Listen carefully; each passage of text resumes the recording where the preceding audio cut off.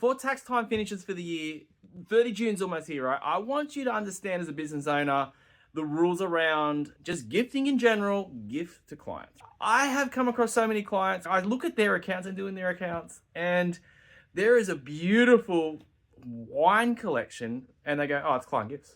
Okay, here's the thing, right? You can give bottles of wine, you can give a whole lot of different gifts to clients, and it can be tax deductible. And I've got some examples here behind me of some things that I've done. But okay, let's go through some examples, right? If you give a client a book, something to read, build their education, tax deductible.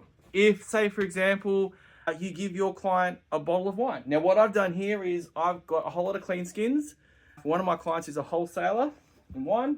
And then I made these beautiful stickers. This is all tax deductible too, right? It's a business expense where I kind of go, hey, congratulations, or thank you for what you've done, to any of my referral partners, to any of my clients. And sometimes it's a nice way just to celebrate a moment, right? So I do that. Now that stuff there, the whole of it's tax deductible, right? But let's say, for example, Jack Daniels. Now I love Jack Daniels. That is my go-to drink. But that doesn't mean that every time I go to Dan Murphy's and I buy a bottle of Jack, that it's a tax deduction and I go, oh, it's that client really likes Jack. You'd be saying that I'm only picking clients who love Jack Daniels. Guys, you can go put that in your accounts, but it's going to stand out and it's not tax deductible, right? Another example, you might go give promotional stuff. Now, this is a beautiful Frank Green coffee mug thing, thermos, from CPA that got given to me. Now, when they bought, that would be tax deductible. If you're thinking about giving your clients gifts, and this could also be maybe a gift cards are also tax deductible. But if you're going to do that, you've got to be able to substantiate the expense.